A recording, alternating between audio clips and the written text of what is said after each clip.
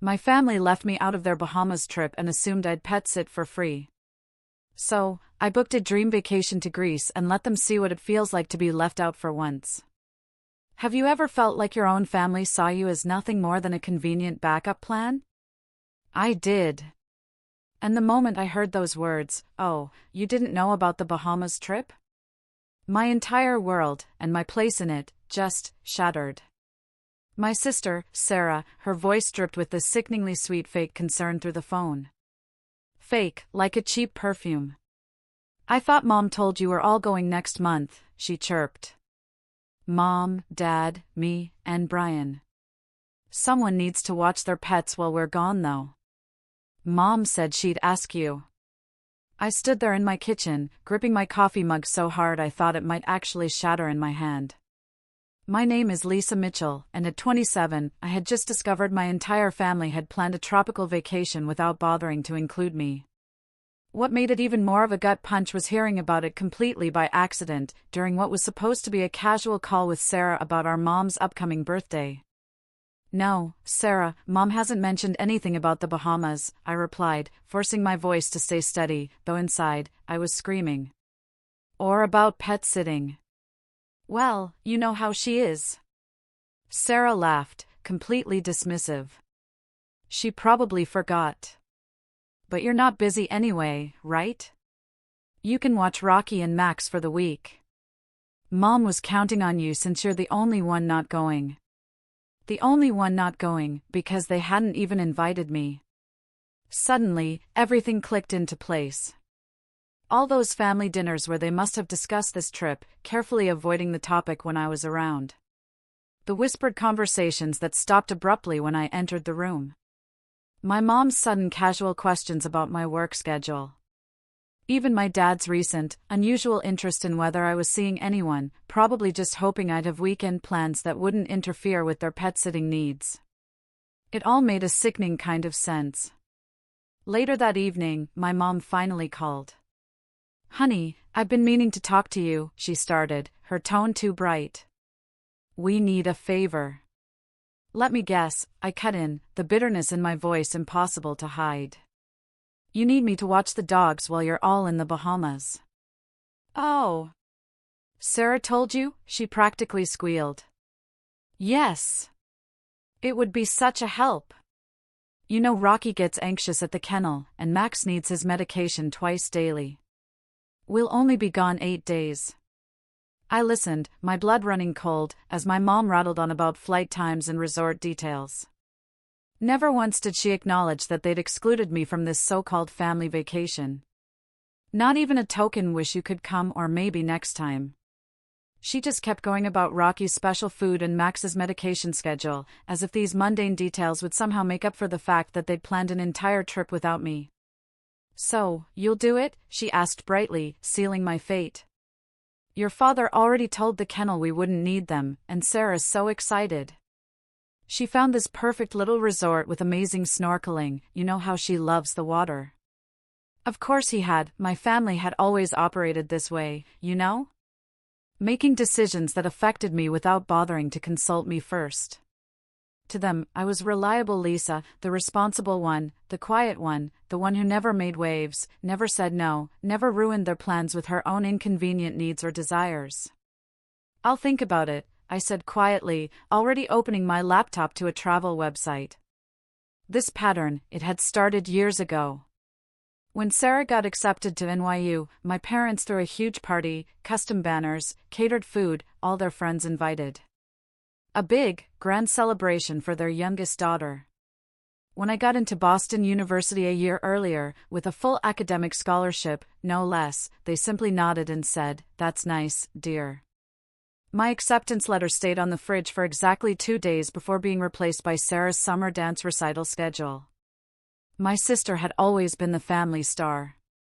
She was the fun one, the pretty one, the one who could do no wrong. Even when she dropped out of NYU after 2 years to find herself in Europe, my parents supported her adventure, sending her monthly allowances for what they called her self-discovery journey. Meanwhile, I worked 3 jobs through college, graduated summa cum laude, and built a successful career in marketing. all of which earned me the dubious privilege of being the family's reliable backup plan. That evening, after my mom's call, I found myself scrolling through travel websites. A particular destination caught my eye: Santorini. A small Greek island I'd dreamed of visiting since my college photography class. The dates perfectly overlapped with my family's Bahamas trip, and amazingly, there was a seat sale happening. My cursor hovered over the Book Now button. My phone buzzed. A text from Sarah: "Mom said you're being weird about watching the dogs." Come on, Lisa, don't be difficult. It's not like you have vacation days saved up anyway. Plus, what would you even do with time off? You never go anywhere fun. What would I do? I actually had 3 weeks of vacation saved up. My family just assumed I never took time off because I had nowhere exciting to go. They'd completely forgotten about the travel blog I'd been running for 2 years, the one that had slowly gained a decent following. Another thing they dismissed as Lisa's little hobby, just like my photography in college and my writing in high school. Then my dad called. "Princess," he began, "your mother's upset. You know how Rocky gets at the kennel. He barely ate last time. Did it ever occur to any of you to invite me on the trip?"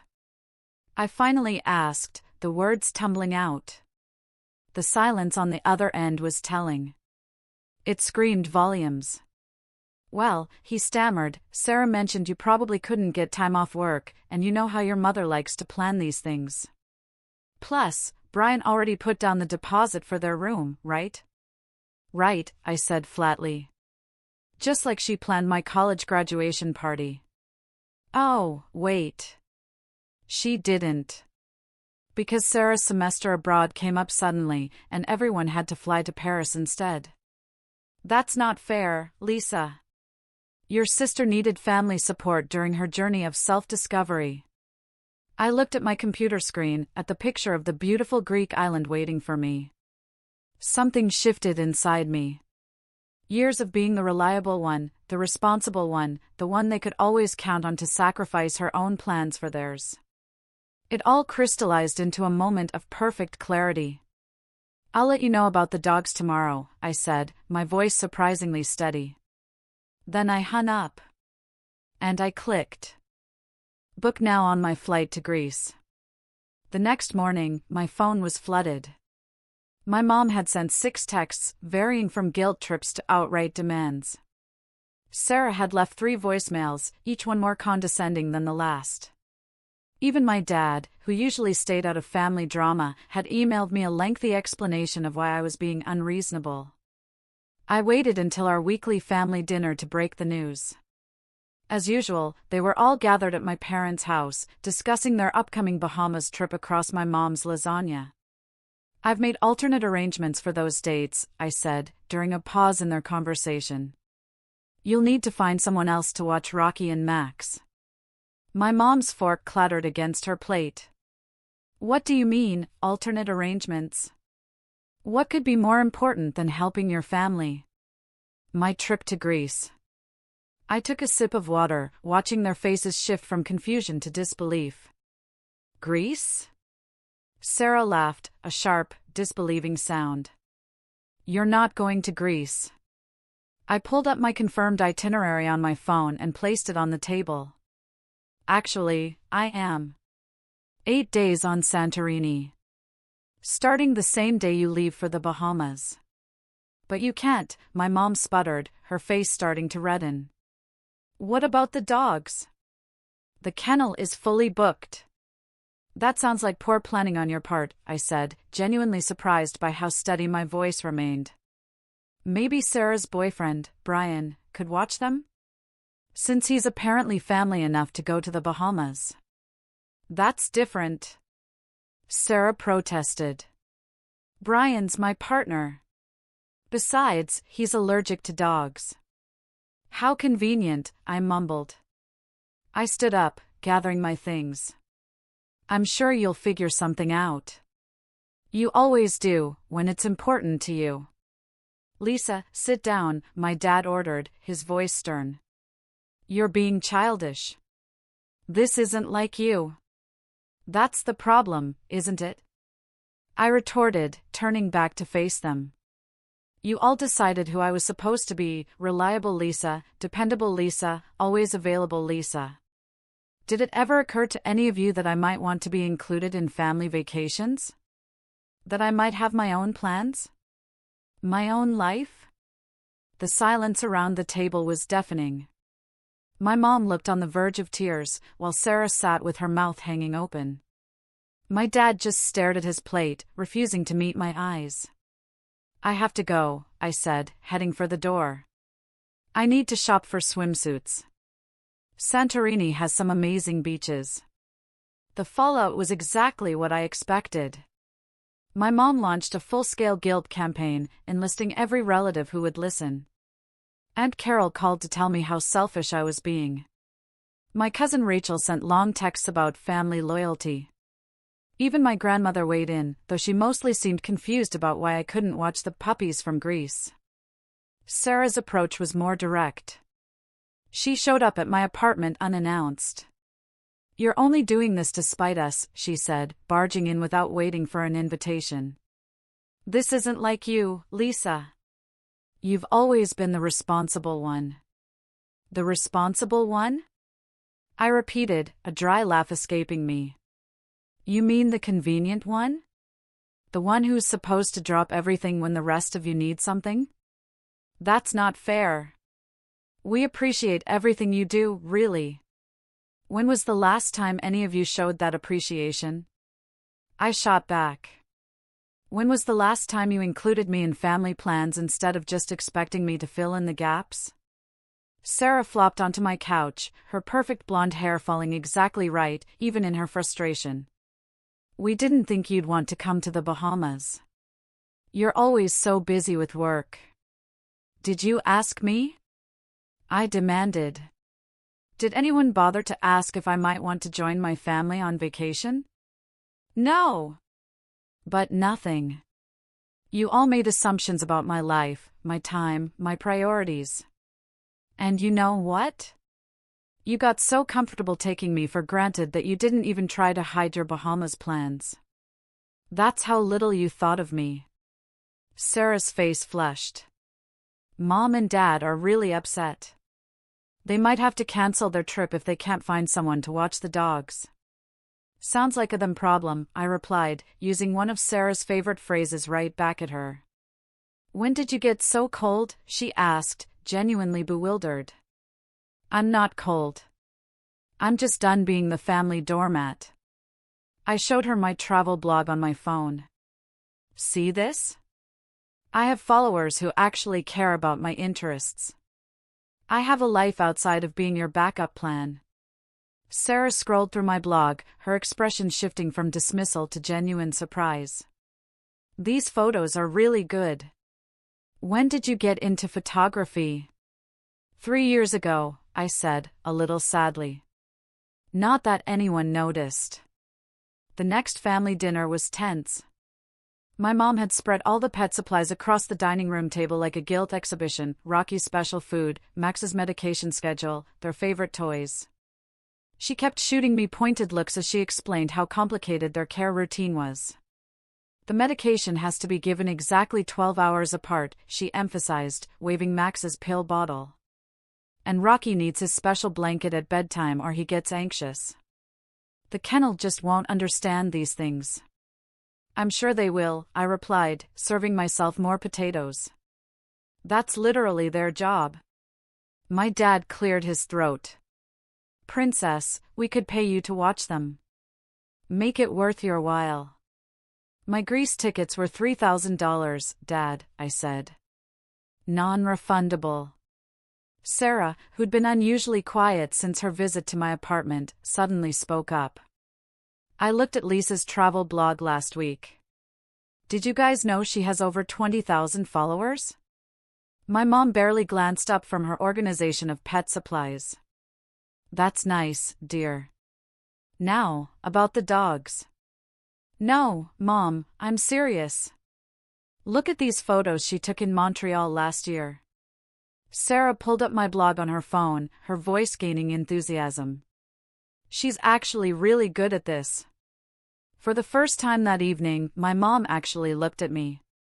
Not through me, not around me, but at me. You went to Montreal? I've been to lots of places, I explained, feeling a strange mix of vindication and hurt. I take short trips whenever I can. I write about them, photograph them. People follow my recommendations about hotels and restaurants. My dad peered at Sarah's phone. These are professional quality pictures, Lisa.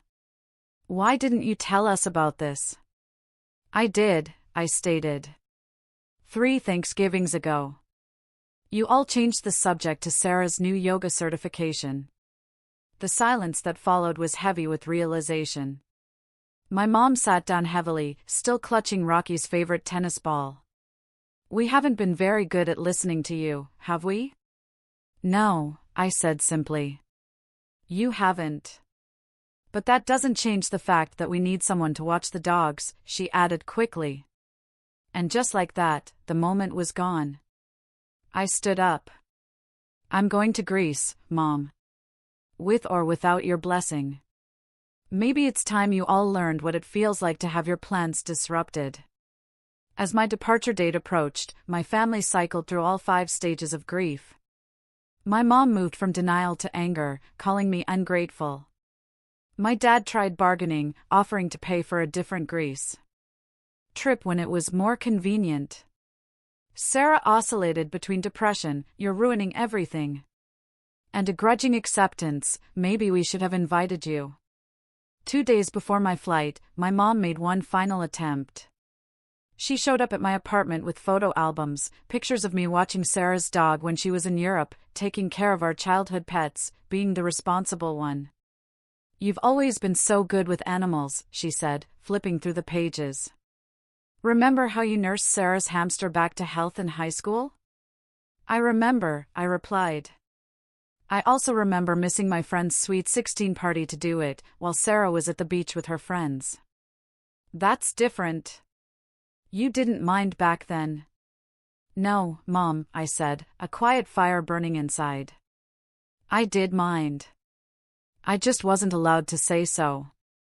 She closed the album with a snap. Well, I hope you're happy. We had to cancel our trip. The kennel is full, and no one else can take the dogs for that long. I didn't respond immediately. Instead, I pulled out my laptop and turned it to face her. On the screen was a message from my building's pet-friendly neighbor, Mrs. Chin, confirming she'd watch Rocky and Max for a fee. I found you a solution, I said.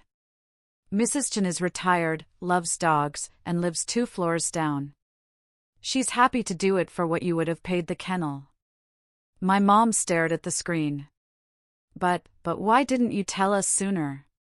Because for once, I wanted you all to feel what it's like not to have me as your backup plan. To understand what it feels like when someone disrupts your carefully made plans without considering your feelings. That's rather petty, don't you think? No, Mom, I said, looking her squarely in the eye. That's rather human. And maybe next time you're planning a family vacation, you'll remember this feeling. And think to include your other daughter. The morning of my flight, I woke up to a series of notifications. My mom had tagged me in a social media post, something she'd never done before. It was a picture from my travel blog, one I'd taken in Montreal, with a lengthy caption about how proud she was of her talented daughter, and how she couldn't wait to see the beautiful photos from Greece. I wasn't surprised. Image had always been everything to my mom. She'd probably realized that having a daughter with a successful travel blog was something she could brag about at her tennis club. But her attempt at public support didn't erase years of dismissal. Sarah texted immediately. Mom's trying to save face with her country club friends. She's telling everyone she helped plan your Greece trip. My dad dropped by before I left for the airport, awkwardly holding a new camera lens. Your sister showed me your blog, he said, holding out the lens. I noticed you mentioned wanting this one for low-light shots. I thought maybe you could use it in Greece. The lens was exactly the one I'd been saving up for. Part of me wanted to refuse it, to show them I didn't need their belated support. But I saw something in my dad's eyes I'd never seen before, genuine interest in my passion. "Thanks, Dad," I said, accepting the gift. "Want to see some of the shots I plan to get with it?" He sat with me for an hour, actually listening as I explained about composition and lighting. He even pulled up my blog on his phone and followed it right there in front of me. "You know," he said as he was leaving, "I canceled my share of the Bahamas trip. Told your mother and sister to go without me." "Dad, you didn't have to." "Yes, I did. Someone needs to watch the dogs properly, and Mrs. Chen might need backup." He paused at the door. "Plus, I want to see these Greece photos as you post them. Maybe you could teach me how to comment on a blog." That afternoon, as I boarded my flight to Greece, my phone buzzed with messages. Sarah had sent a surprisingly sincere, "Have a great trip, sis. Your pictures better be amazing." My mom had texted instructions for accessing their home security cameras so I could check on the dogs, completely missing the point. But at least she'd stopped guilt-tripping me. But it was my dad's message that brought tears to my eyes. "Just posted my first blog comment. Hope I did it right. Make sure to take care of yourself in Greece, not just your camera. Love, Dad." I settled into my seat, thinking about how sometimes it takes a dramatic gesture to shake people out of their established patterns. My family had spent years casting me in the role of reliable background character in their story. Maybe now, they'd finally seen me step into the spotlight of my own narrative. Santorini was everything I'd dreamed of and more. Each morning, I woke up to spectacular sunrises over the blue-domed churches, spending my days photographing winding cobblestone streets and pristine beaches. My blog followers loved the daily updates, but what surprised me most were the comments from my family. My dad commented on every single post, his typing improving from beautiful sunset, honey to actual thoughtful observations about lighting and composition. Sarah shared my posts on her own social media, tagging me with messages like, "Look what my amazing sister is doing." A complete turnaround from her usual competitiveness. My mom, however, took a different approach. She called daily with updates about the dogs, as if trying to remind me of what I'd left behind. "Rocky misses you," she'd say, or, "Max won't eat unless your father hand feeds him." When those guilt trips didn't work, she switched tactics, calling to critique my photos. "Don't you think you're posting too many sunset pictures? And that restaurant review seemed a bit harsh, you don't want to hurt anyone's business." One evening, sitting at a cliffside cafe, I got an unexpected call from Mrs. Chen. "Your mother has been here 6 times today," she said, sounding amused. "She brings coffee and asks endless questions about my pet-sitting experience. I think she's having trouble letting go of control." "I'm so sorry," I started, but Mrs. Chen laughed. "Don't be." I told her that after 40 years of teaching high school, 2 dogs are no trouble. She didn't like that much. That same night, my dad sent me a private message. "Your mother booked herself into a hotel for the remainder of their Bahamas trip. Says she can't enjoy herself knowing strangers are watching her dogs. Sarah's pretty upset about it." I felt a momentary pang of guilt, but then I remembered all the times my plans, my needs, my desires had been dismissed for the sake of family harmony. My mom's choice to ruin her own vacation wasn't my responsibility. Instead of cutting my trip short or apologizing, I posted more photos. I wrote about solo female travel, about breaking free from family expectations, about finding your own path. The response was overwhelming. Hundreds of comments from people sharing similar stories, thanking me for inspiring them to stand up for themselves. My blog following doubled, then tripled. A travel magazine even reached out about featuring my Greece photos. Sarah called to tell me that her yoga students were all following my journey, asking when I'd come teach a photography workshop at her studio. "You know what's funny?" she said. "I always thought I was the brave one, going to Europe to find myself. But you're the one who really did it. You found yourself right under our noses, and we were too busy with our own drama to notice." On my last night in Greece, I sat on my hotel balcony, uploading photos, when my mom sent a surprising message. It was a picture of my old bedroom, now her home office, filled with framed prints of my travel photography. "I had your best shots professionally framed," she wrote.